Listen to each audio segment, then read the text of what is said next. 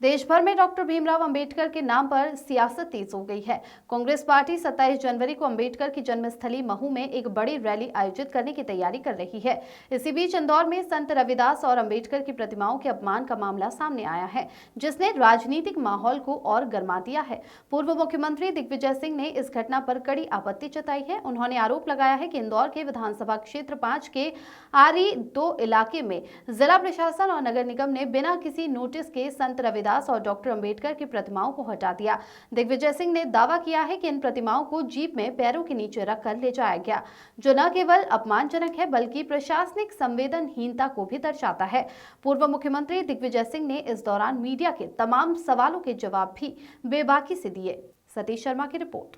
आपका एक ही मूल संदेश है,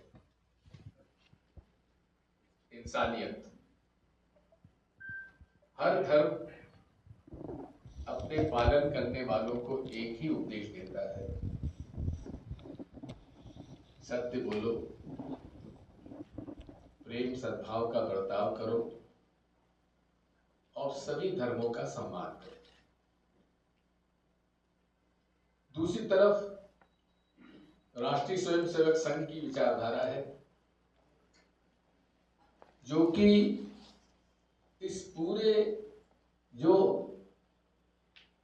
एक संदेश है हमारा प्रेम सद्भाव सत्य और अहिंसा का, उससे हटकर वे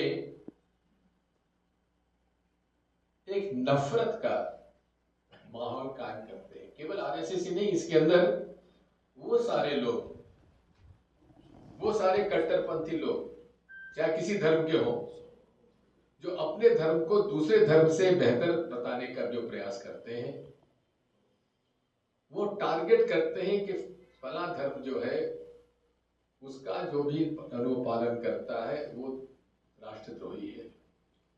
यदि आप देखेंगे तो यूरोप में हिटलर ने भी यही किया था। उन्होंने यहूदियों को राष्ट्रद्रोही घोषित कर दिया और बाकी सब इतिहास है। आज हमारी लड़ाई यही है। हमारी लड़ाई सत्ता की या पद की नहीं है। हमारी लड़ाई है कि इस देश में क्या प्रेम सद्भाव सत्य अहिंसा का रास्ता, न्याय का रास्ता हमको नहीं अपनाना चाहिए। बाबा साहब अंबेडकर का भारतीय संविधान का क्या रूप है, उसका भी यही रूप है। जो हमारे प्रियम्बल है संविधान का, संविधान की जो प्रियम्बल है, उद्देशिका है, वो भी यही रूप है। और सबसे बड़ी बात यह है कि हजारों वर्षों से कुछ वर्गों के साथ भेदभाव रखा गया। कुछ वर्गों को न तो जमीन का अधिकार था, न शिक्षा का अधिकार था और न रोजगार का अधिकार था। पूरे उस वर्ग को जन्म के आधार पर उसे हमेशा के लिए अछूत घोषित कर दिया जाता था।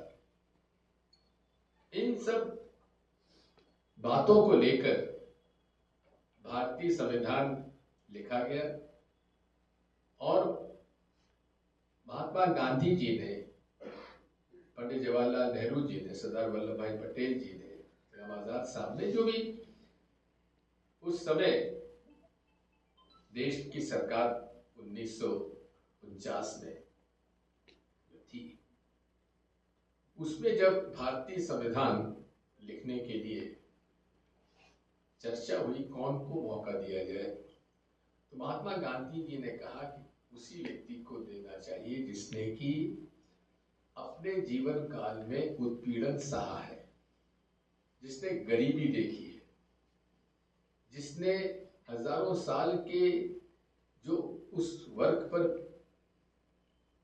जो प्रहार हुए उसको भुगता हो और जो सुशिक्षित भी हो, जो कानून भी जानता हो।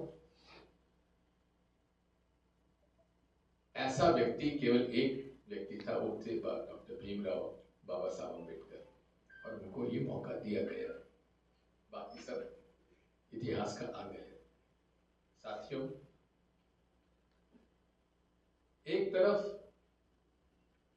नरेंद्र मोदी जी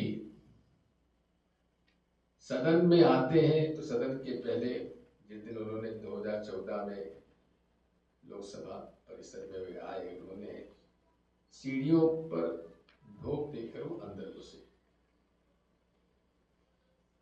हम सब लोगों को लगा कि बहुत ही लोकतंत्री व्यवस्था में ये विश्वास रखने वाले व्यक्ति हैं, जो लोकतंत्र के मंदिर पर अपना मस्तिष्क सीढ़ियों पर रखकर उन्होंने सम्मान किया है।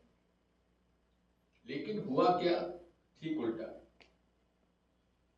एक तरफ से